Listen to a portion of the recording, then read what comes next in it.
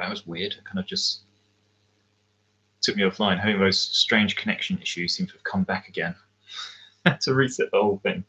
Everything I said for like 15 minutes non-stop just went completely up a window. It's like, right, okay, let's go back. Start again.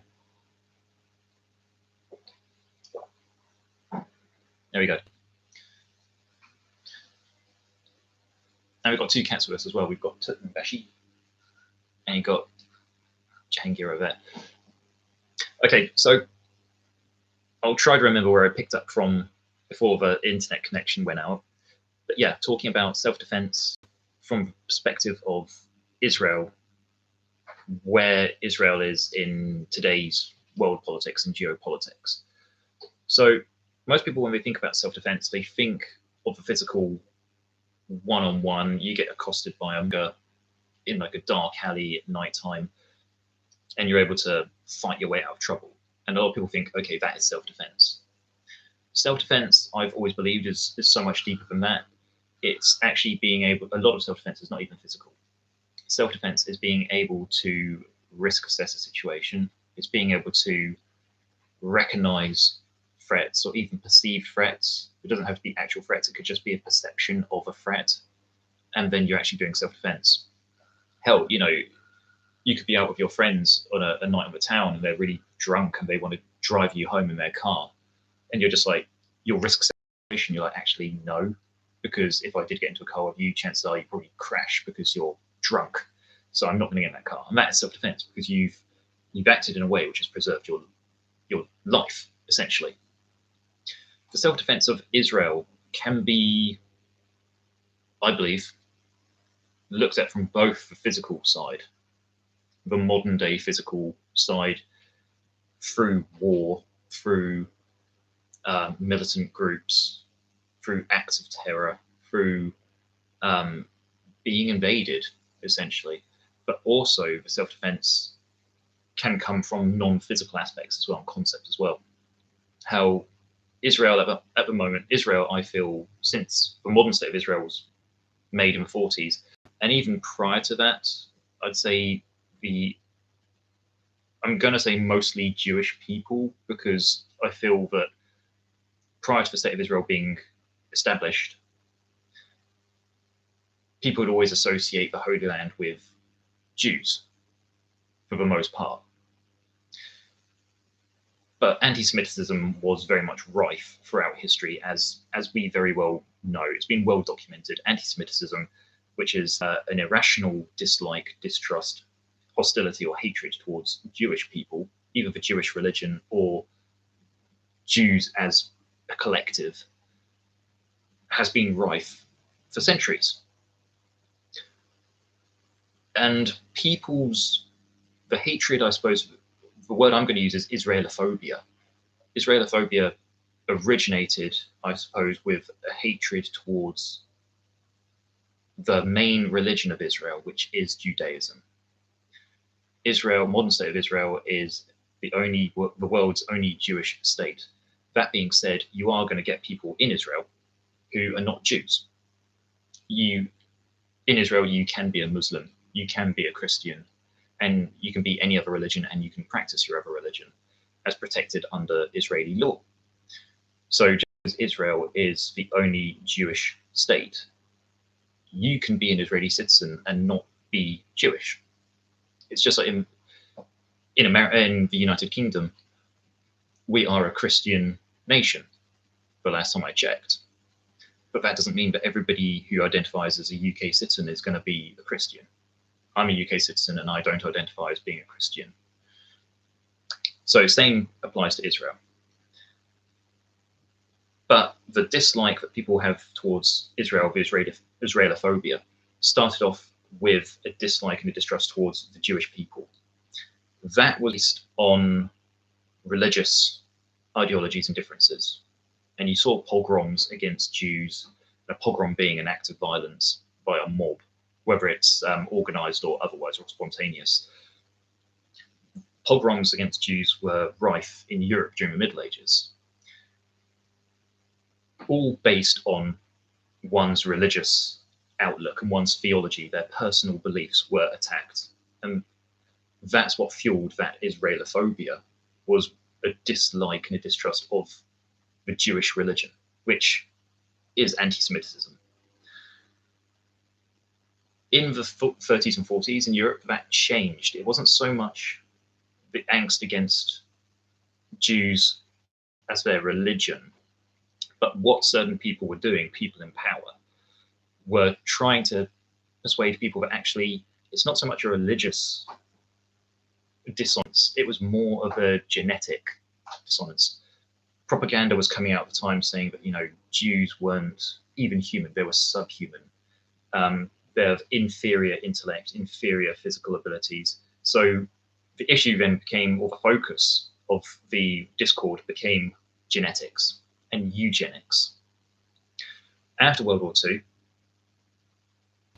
Jewish populations across Europe, and not just Europe, actually across like the Middle East as well, went to the newly founded state of Israel, which was based on the historical homeland of the Jewish people.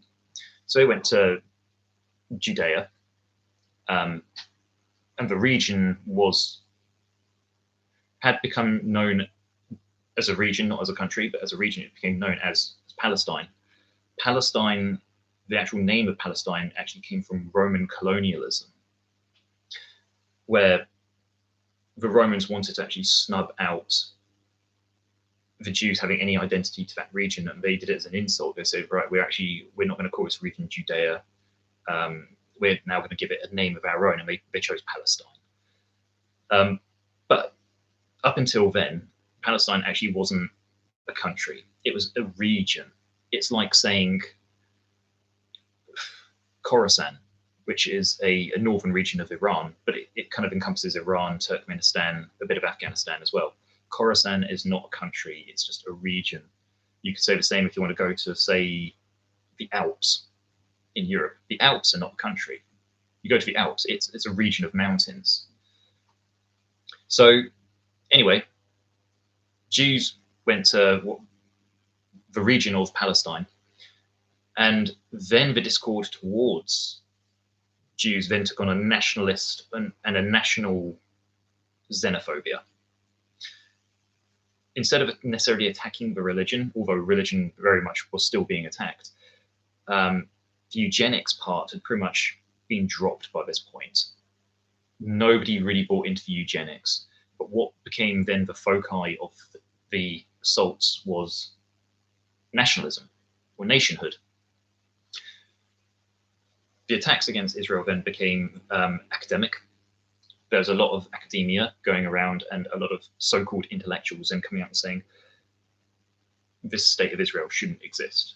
So they were actually attacking the nation, but that attack on the nation stemmed from an attack on the religious ideologies, and if you want to go into the 1930s and 1940s, taking on that eugenic, that dark eugenic twist coming into it a little bit.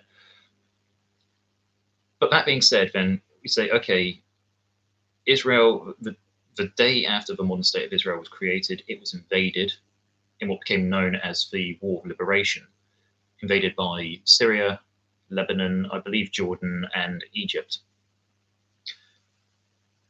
In terms of force, the newly founded state of Israel won. It was, I think most military strategists would actually say it was almost like a miracle how they actually physically won that. Bearing in mind, this was a country which had just been invented, and like the day after, it had been invaded by hostile parties. Short of a miracle, I'm not saying it's divine intervention, but it was short of a miracle strategically, if you look at it from a military perspective. But subsequent wars then followed. A Yom Kippur War, Six-Day War. Indeed, the Six-Day War, actually, Six-Day War I find is actually quite interesting in terms of Israel and self-defense, because unlike the War of Liberation and unlike the Yom Kippur War, in which case Israel was actually invaded, the Six-Day War was somewhat different. And this is what we're going back about self-defense at the very beginning and being able to risk assess. Military build-up on the Egyptian-Israeli border is known as the Sinai. There's a part of Egypt, it's like a bit of an outcropping of Egypt, a peninsula, called Sinai. and that forms the boundary between Egypt and Israel. And Israeli intelligence had actually seen a build-up of Egyptian forces and military and armor and personnel in the Sinai along the Israeli border.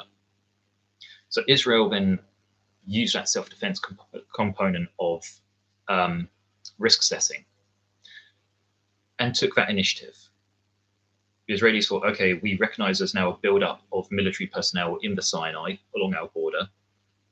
That can only mean one thing. Nobody really gets their armed forces towards the border for no good reason. And learning from history, that's what Germany did to Poland in 1939. So Israel very much learned from that history and like, right, we're actually going to take the initiative and we're going to take this first hit. And that was the only time actually that Israel has actually initiated a conflict.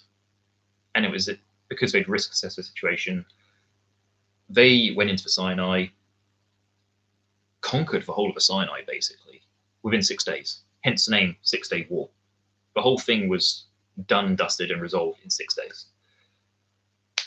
What's interesting here is the fact that after 6 days, Israel, despite pretty much being the victor, and again, nobody can doubt that because it was very, very clear, Israel said, okay, as part of this end of the war treaty, we will withdraw our forces from the Sinai. And that's actually I feel very telling, because if you win a war, you're in a position to force terms. Israel won that war. And Israel could very well have said, well, we've won it. We've conquered all this land. We're now going to use the Sinai as part of Israel. And indeed, the Sinai actually did stay part of Israel for a bit, but they did give it back to Egypt. They completely withdrew from Sinai, gave the whole region back to Egypt. And what's telling about that as well is the fact that the critics of Israel, the ones who are verbally attacking Israel, or the ones who are attacking Israel from an academic perspective, more often than not from the left-hand side of the political sphere, they often come up with the mantra that Israel is imperialistic, or Israel is a globalist terrorist state. Israel wants to expand its influence. Israel wants to invade this. Israel wants to invade that. The 6 Day War, I feel, was telling that actually Israel doesn't want to do that. And the 6 Day War was evidence that Israel didn't want to do that, because they gave a huge chunk of land back. And the Sinai is about the same size as Israel. So Israel could have actually had a land, if they decided to keep it permanently, they could have had a country which is twice as big. But they didn't, they gave it back. And for a victor in a war to do that is very, very rare. Because like I said, if you've won a war, you're in a position then to basically strong-arm any deal you want. But Israel gave it back, which, again, evidence of that is suggestive that Israel actually doesn't have imperialist ambitions. It wants to be itself, but it wants to secure and protect itself. So looking from a self-defense perspective, Israeli self-defense perspective from that aspect, I feel is actually an awesome example of a risk assessment being done, which should be applied in face-to-face self-defense as well, if you have that opportunity to do so. Many times you don't. But that example that we've just cited with the whole Sinai, the 6 Day War, that can be learned from. Indeed, that could well actually be used as an example as well, saying like, risk assess the situation. What is the likelihood of part of risk assessing? What is the likelihood that something's going to happen? And if something were to happen, what is the severity of the impact of that thing happening? So the 6 Day War, the risk assessment said, likelihood, because the Egyptians are building up forces along the Sinai-Israeli border. Likelihood they're not doing that for a basic military exercise. They've got the whole of Egypt to do that. Egypt's a big country. I've been to Egypt. It's got loads of space. They could do any of these military exercises in the Egyptian desert. Why have they decided to do them along our border in the Sinai? So that was the alarm bell. So the likelihood was, based on an educated assumption, the Israelis were going to be invaded. So he thought, okay, so we've identified that risk. If we were invaded, what is the likely consequence if we're caught with our pants down? Consequence, we're probably going to be overrun. By this time, because they'd already had a war with Egypt before, the Egyptians knew that the Israelis are a tough nut to crack. So the Egyptians would have spent that time investing in training, getting supplies and arms from their global allies across the stage, Russia, China, possibly some stuff from North Korea, but anything coming out of North Korea I don't think is really worth taking with a pinch of salt, really. Maybe have it as like a reserve supply somewhere in the back shed. But going back to seriousness, the likely consequences that Israel would have been overrun. And of course, if Egypt had invaded, quite possibly Jordan would also have been involved as well. Syria would have taken advantage of that, and possibly even Lebanon as well. So that probably would have been lights out for Israel at that stage of the 6-day war. So the fact they actually took that initiative, they recognized this risk assessment right away. It's like, okay, this would be catastrophic if we stood back and let this happen. Difference between being proactive and reactive. Proactive, you're taking that initiative. You're recognizing something and you're saying, right, I've identified what this is. I'm now going to take that initiative and do action first to prevent something from happening. Reactive, as its name implies, you're reacting to something. You're waiting for something to happen, and then you're responding to what has happened. In this case, it may have already been too late. So most military strategists, and indeed, I believe if you want to take a page out of Winston Churchill's book, the best defense is a good offense.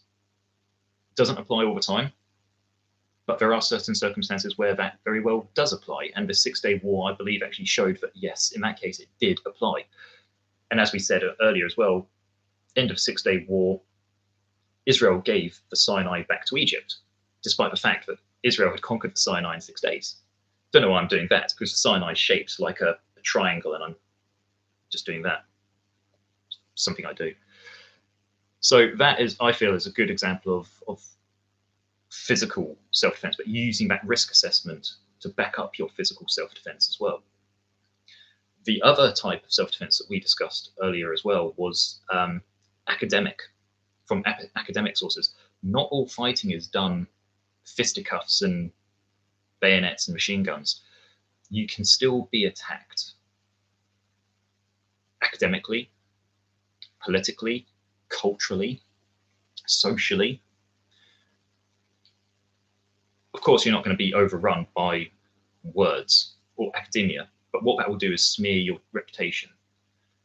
And quite often that can be just as effective, because that will then impact how you can play yourself on the world stage if you want to make trade deals, or nobody wants to sit with like the weirdo at the party.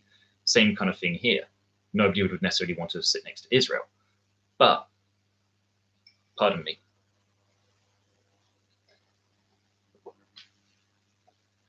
So in terms of academia, this is something which has been seen in universities, mostly universities. I mean, I'm a university graduate myself. The university I went to was very, very left-wing. And a lot of people tend to believe that if you're going to be anti-Jewish, if you're going to be anti-Semitic, and they feel that if you're going to be anti-Israeli, you have to herald from the right-hand side of the political spectrum. No, you can be, of course that does happen, but I feel what should be worth mentioning here as well, actually, is that, oddly enough, anti-Semitism is not integrally part of fascism. Now, that might seem like a very weird thing to say, but when fascism came around in 1920s Italy, anti-Semitism was not actually part of the doctrines of fascism. Of course, if you're a fascist, you are very uncompromising. If you're a fascist, you're going to pretty much hate everyone anyway. So if you are a fascist, chances are you are actually going to be quite anti-Semitic anyway. You're going to be very intolerant. Fascism promotes a culture of intolerance. intolerance. So as a fascist, you will hate anybody. You'll hate anybody who thinks differently to yourself. You're going to be thinking like, fine, I'll hate all these ethnic minorities, and if you're Jewish, well, you're an ethnic minority, I'm going to help you. So anti-Semitism, ironically, goes hand in glove with fascism. That being said, one would expect, okay, so let's be as anti-fascist as possible. Let's be the polar opposite, in theory, which is communism. Yes, in theory, communism is completely different to fascism. In practice, they're essentially the same. And I believe when you look at the political spectrum of communism on one side, fascism on the other, don't look at it as one big long spectrum. Look at it as though it's like a horseshoe which bends in.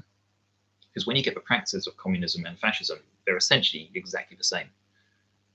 They both want to silence opposition. They both want to control everything. They both promote radical ideals, whether that's a radical nationalism or a radical sense of class struggle. But point being is that anti-Semitic attitudes are rife on far left, just as much as they are found on far right ideologies as well.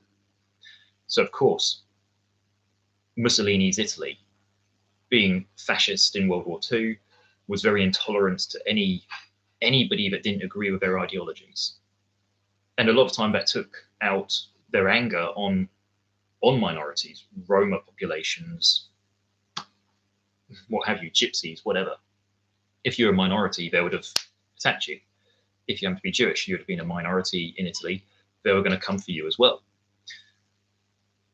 Yeah, that being said,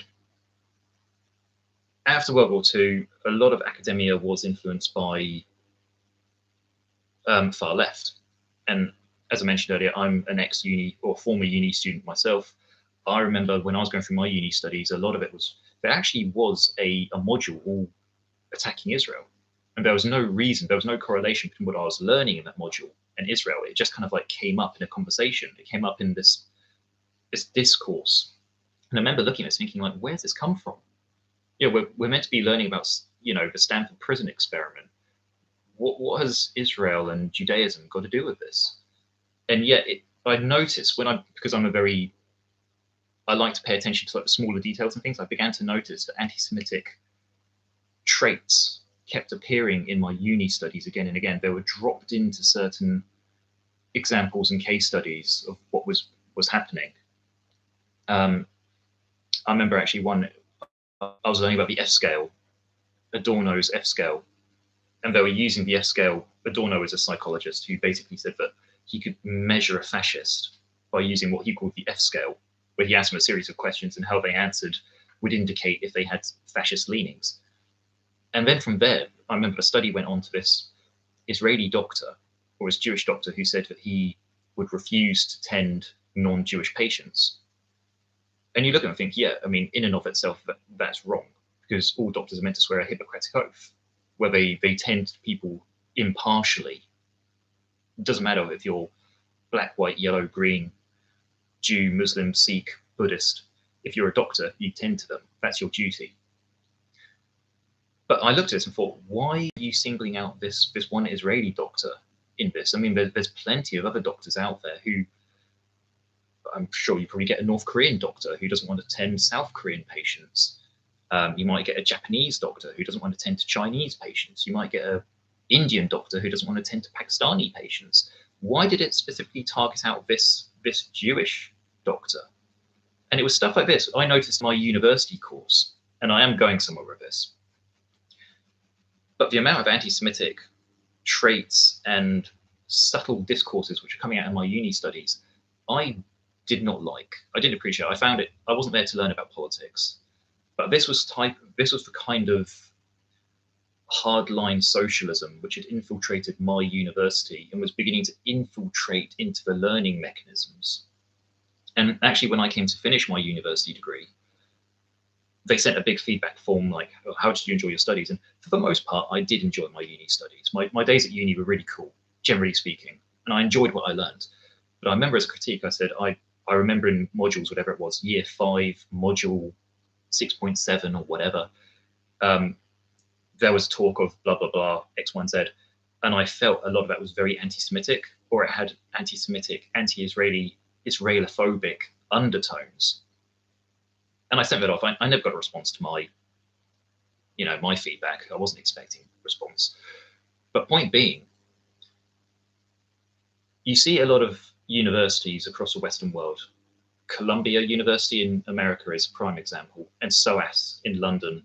SOAS in London is the most anti-Semitic university, I believe, in the UK, maybe Europe as well, that being said. But that's why a lot of university graduates and students subconsciously develop Israelophobic attitudes, because it's been fed to them in university tutor halls, in classrooms. But it's done in such, it's not done explicitly, it's done implicitly. And of course, if you're going to be implicitly learning something, you're not going to be paying conscious attention to what you're learning. So if I was a teacher and I came along and said, all Scottish people are bad, for the sake of conversation, students would look at me and be like, why are you saying that? That's a horrible thing to say. But if I taught that, all Scottish people are bad, but if I did it in an implicit way, or if I included that in the literature that we're learning, and I find specific case studies, but I really kind of make a big deal out of those case studies, I will get you to believe that all Scottish people are bad without actually telling you that Scottish people are bad. And then that kind of takes away my responsibility, because you've kind of come to that own conclusion yourself without me. I've put down the breadcrumbs, and that's what I want you to believe. But I've not explicitly said Scottish people are bad. I've kind of put those clues in front of you, and you've come to your own ideas. And that's what I found at universities in the Western Hemisphere, like I said, Columbia University and SOAS specifically, get their students to think about Israel. I trained with a guy in my martial arts days who went to SOAS, and he is, for want of a better word, he is an anti-Semitic thug. That sounds, I appreciate that sounds very aggressive and blunt, but that's the only way to describe him. He's the most anti-Semitic person I think I've ever met, truly. And he's meant to be university level educated. He is what political left would consider an intellect. He is anything but intellectual. But going back onto course, if universities are teaching students this type of stuff, implicit anti-Semitism, secondary anti-Semitism, filtering it into academia, of course you're going to get students who are going to graduate and they're going to harbor quite specifically anti-Israeli sentiment. They're going to come away believing that everything to do with Israel is bad, which is not the case. And as we said, of course, you're going to get good and bad in all different countries. There's no such thing as a perfect country. But when people come away and they have this almost an inbuilt, conditioned, I'd say, dislike, distrust, hostility to anything which is Israeli, that is not a normal level of, there's no normal level of hate, but it's out of proportion. It's unproportional. It's unproportional. And that, again, is how Israel gets attacked, from academic sources. And then you get people like, it's common to get on like social media, people actually slating Israel. It's common on the media. If you watch anything like BBC, you'll get BBC news broadcasters attacking Israel, or showing, if they ever show signs of Israel, it's always going to be of the Israeli side. You're always going to see the military. You're always going to see like tanks rolling in. You can see like Israeli soldiers patrolling a barbed wire fence with guns, helmets. And just looking at those images is not comforting to anybody. It doesn't matter if it's like Israeli military or, I don't know, Ugandan military. Just seeing pictures like that is unsettling. It makes people feel uncomfortable. It gives across the image of aggression. And yet that's what they do. Whenever they show pictures of Israel, footage of Israel on the news, it's always that. It's always Israel has the army. Israel has the tanks. Israel has the guns. Israel has the bombs. And then whenever you see people in Gaza, again, especially from BBC, you're always going to get images of impoverished children. It's going to be houses which have been blown up. You're going to get refugee camps. And yeah, I'm not saying that they don't exist. Of course, they do exist. And it's not nice that people are in those situations. It's genuinely not. But that's not all of Gaza. It's not every single square meter is not a blown up house. Every square centimeter is not going to be like starving refugee camps or homeless people. Gaza is actually a pretty big place. I mean, it's small in the grand scheme of things. Yeah, it's like a little sliver of land. But I mean, on the floor, it's going to be reasonably big. It's not like a tiny, tiny little thing where you get one blown up house and that's it. But that is, again, the media depiction of that. And media is incredibly powerful because media influences how you and I think. It influences how you and I perceive the world. And if you're always going to have media images of Israel, I mean, on the TV behind me, I could type in, go onto Google or, sorry, YouTube and type in Israel. BBC News, Israel. Bet your bottom dollar, all the images will come up will just be guns, tanks, planes, bombs, barbed wire fences, soldiers all armed to the teeth with machine guns. And if you're a viewer and you're seeing that, what kind of image are you then getting of Israel? Even subconsciously, you're going to start thinking war. You're going to start thinking aggression, hostility, violence. And you think that's just a tiny, tiny, tiny sliver of bigger picture. I mean, Israel is, for the size of Israel, it's a beautiful country. You go to the south of Israel, you get the Negev desert. It's a beautiful desert. You get Eilat. You get Jerusalem. Again, a really rich historical city. Go to the north of Israel, it becomes a lot more fertile. You're going to get Tiberias. You get the forests. You get the mountains. And it's almost like you're in a different country because scenically it's different. Tel Aviv, party people all the time. Beautiful beaches. So, for the media, they don't want to show that. If I turn on the news right now and typed in Israel, it won't come up showing like the Mount of Olives. It won't come up showing like a nice, pretty street in Tel Aviv. It won't come up showing like a nice historical monument. No, it'll all be war stuff. It'll all be stuff to do with war. And then likewise, on the flip, if I typed in anything to do with Gaza, you can bet your bottom dollar the media will have images of Gaza of like derelict, bombed out houses all the time. And that's what I was saying just now.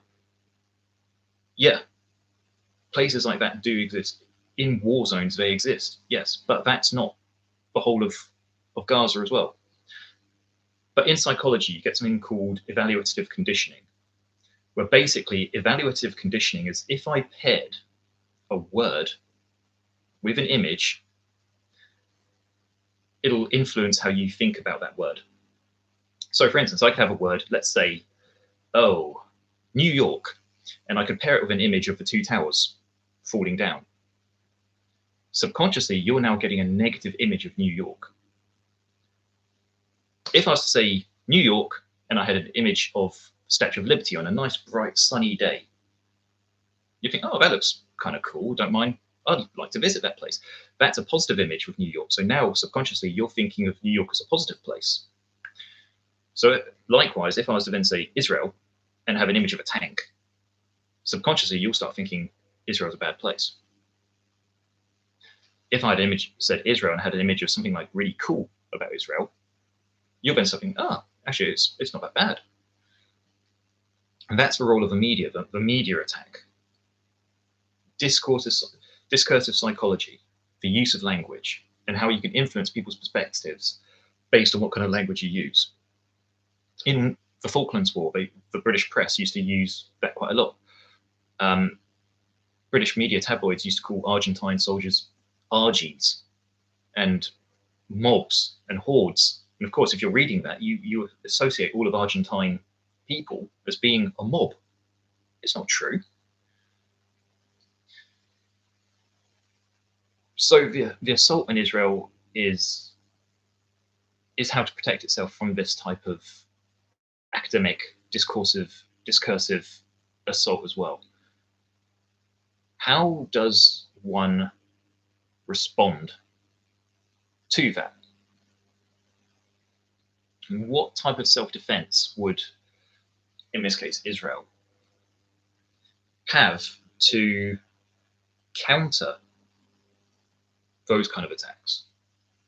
Physically, we've already seen that Israel can hold its own. And that's been proven time and time again. Nobody can, I think, dispute Israel's ability to physically defend itself. But how does it defend itself on the world academic stage? Well, that is a question. I feel actually they came pretty close to doing so. And I can't believe I'm bringing her up. But when Greta Thunberg tried going into Gaza with her flotilla, I could actually do a whole live stream about that, specifically about the whole flotilla itself. But to bring it back to the context of this live stream, like the self-defense aspect, when Greta was picked up by the Israeli military, or the Israeli Navy, and, or in her words, kidnapped. Let's try and keep it a bit balanced. The Israelis took her to, I believe it was into Israel. They took her to Hebron, which is on the coast of Israel. So they took Greta to Hebron, and they said, right, okay, we'll give you a sandwich, which they did, and they took a picture of her having a sandwich. But they were like, right, we can, before we send you on your way, we've got a plane for you. It's bound, I think it was for Paris, and then there was a connection flight from Paris to Stockholm or something, if I remember correctly. But they said, before we let you leave the country, we would like you to see the footage of October the 7th. Now, everybody remembers October the 7th, music festival in Israel.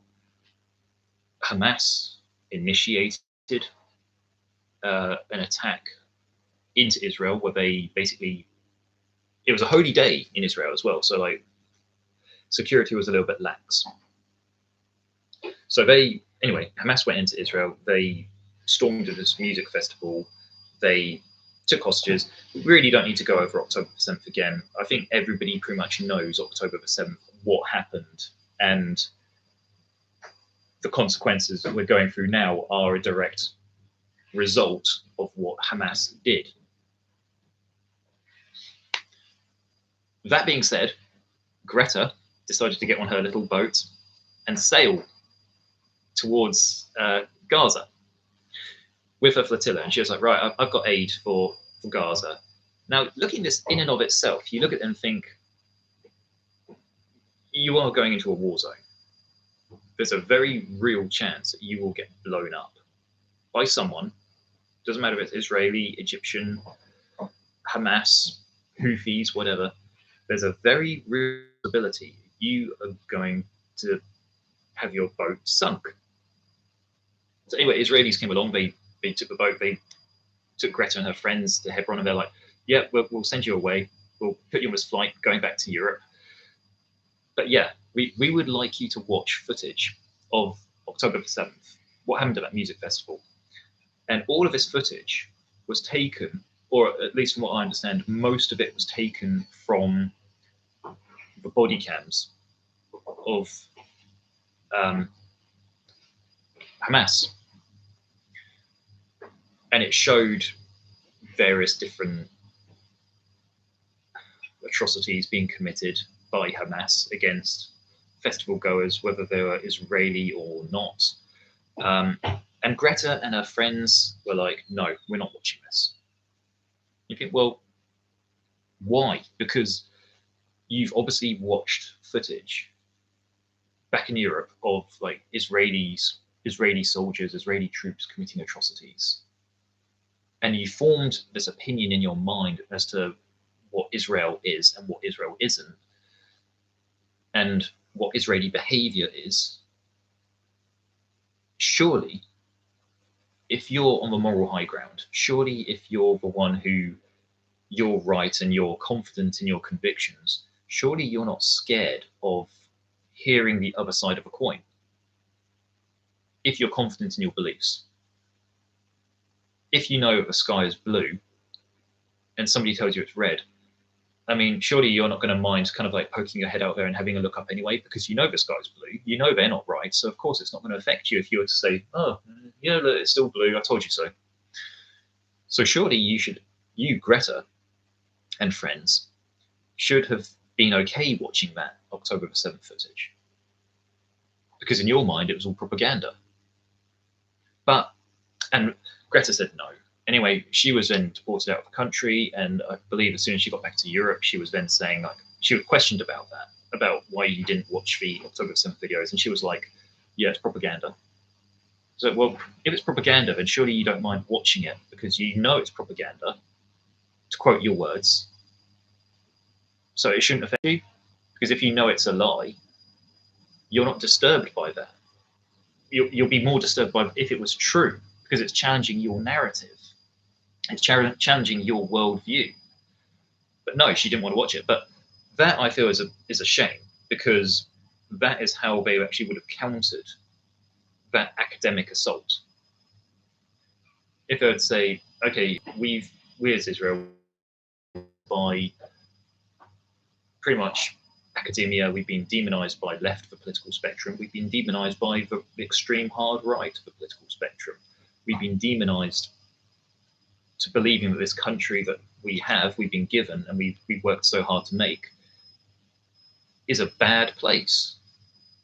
So how to counter this, or how to act in a self-defense way to all these accusations and these attacks and these assaults? We have this footage from Hamas showing that actually we're not the bad guys, showing that actually we don't go and invade music festivals and kidnap people and hold them in tunnels. And we've got footage which proves that our enemies are doing this. Have a look. And that would have actually been a way to counter the academic attack. It would have been a self-defense against the academic attack. The other way, I feel, to actually act in that self-defense way is to actually, not now, I don't feel it's a good time, but when this whole conflict is done and dusted, is to actually, again, promote and encourage tourism to Israel. Israel is a fascinating place. It really is. Israel, there's a lot for Israel to give. Like we said earlier about the vast geographical distances of Israel. There's so much one can do. Israel has so much potential. Water sporting, historical stuff, nightlife, clubbing, just going there for sun, sea, and sand. It can be done. Religious journeys there as well. You know, if one's religiously minded, they can go to Israel and they can visit pretty much any shrine from Judaism, Islam, Christianity, all rolled into one. It's got so much potential. So when the conflict, obviously don't do it now because it's in the middle of a conflict, but when the conflict's done, I feel that Israel should drive this tourism to the region, because when people go there as tourists, they'll then see that actually Israel does promote freedom of expression. Israel has, or Tel Aviv has, gay pride. It's the only, to my knowledge, the only city in the Middle East that has gay pride. So when you get these groups like Queers Palestine, who are going around saying how intolerant Israel is, just remember that. Just remember that if you went to, say, Baghdad doesn't have Baghdad pride. You don't get Damascus pride. It's something that would actually be promoted in Israel more than its immediate neighbors or any neighbors in the region.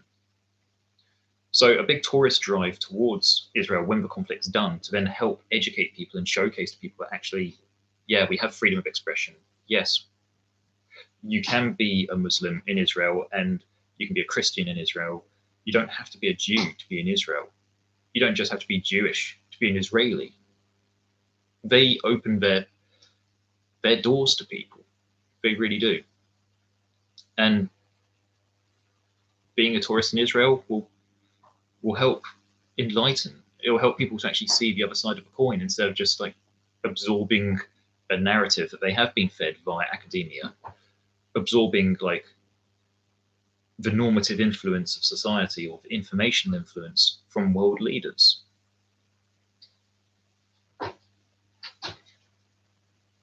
And that is a good way to combat that prejudice and act as a self-defense against an academic attack.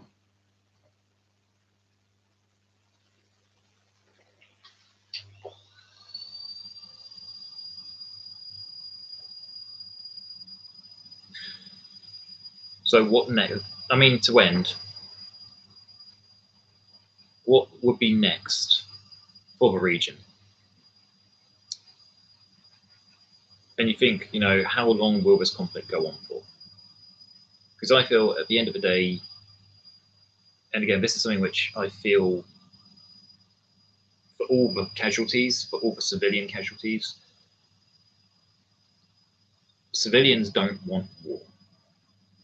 The civilians want peace, because civilians want to be able to build their lives. They want to be able to repair broken families. They want to be able to get on with living from both sides of the coin. And you probably do get like some Arab families in Israel itself who have family who may live in Gaza, may live in the West Bank. And they probably feel more torn than anybody.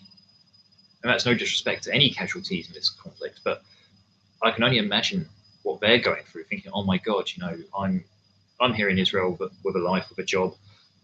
My family is in Rafah or wherever, being attacked by Hamas on one hand for speaking out, but they're also being attacked by Israel because Hamas won't let them leave the region. So Israel are having to go in and will eventually come face to face with them. It must be such a harrowing experience, I can imagine. But for everybody involved, I don't want to sound like a hippie, but it's just like peace to the region. But in terms of the conflict which is going on at the moment, I mean, just actually, Israel did not start that. Israel, on October the 6th, there was a ceasefire. October the 7th, it was broken. And asked who was it who broke? But then, again, people mostly on the left will then be saying, or critics of Israel will be saying, oh, but then Israel was always there occupying all this land anyway, so it was okay for Hamas to attack them. One, asked if was Israel occupying that land? Two, if you look at it historically and culturally, you have to do some research about that. But two, Israel on this occasion as well, like, well, two, going back to like, oh, so Israel deserves to get attacked. Does anybody deserve to get attacked? I feel that says more about what you may be thinking. How about you actually come to like a political solution with non-violence? Go to the table, put your ideas down and see if you can discuss a two-state solution. It doesn't mean, even if you have a genuine grievance, it doesn't mean that you should take to the streets and kidnap and kill people. Because what does that solve? Just look at the last 2 years. Just more war and destruction of the region. Point being, and this is, I feel, is a fundamental thing to say though, is that Israel is like any other country in the world. It has its good parts. It has not so good parts. Like I said earlier, you're never going to get a perfect country. You're just not. It's impossible. So when Israel has put these impossibly high moral standards, which no other country has ever put to, just seems to be Israel, And when Israel doesn't match those inevitably because they're too high up, then people are like, oh, Israel's such a bad place. People never say that to any of these other countries in the world. Oh, if, I don't know, Thailand wants to be seen as a good country, it needs to match certain criteria so high that we know Thailand can't reach it. You're setting them up to fail.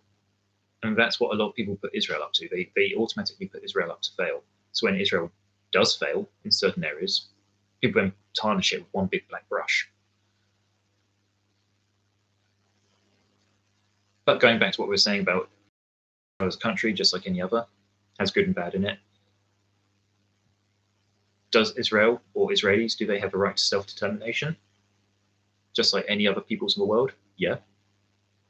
That should be a given as a human right under the Human Rights Act. And part of the Human Rights Act, one has the right to defend themselves. Stay safe, train hard, keep listening to Dead Can Dance because they're the best band around, and I'll see you all in the next video. Ciao for now.